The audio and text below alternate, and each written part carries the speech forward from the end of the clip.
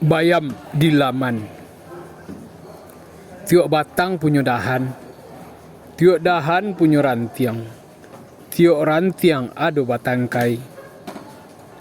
Tiok tangkai ado di rantiang.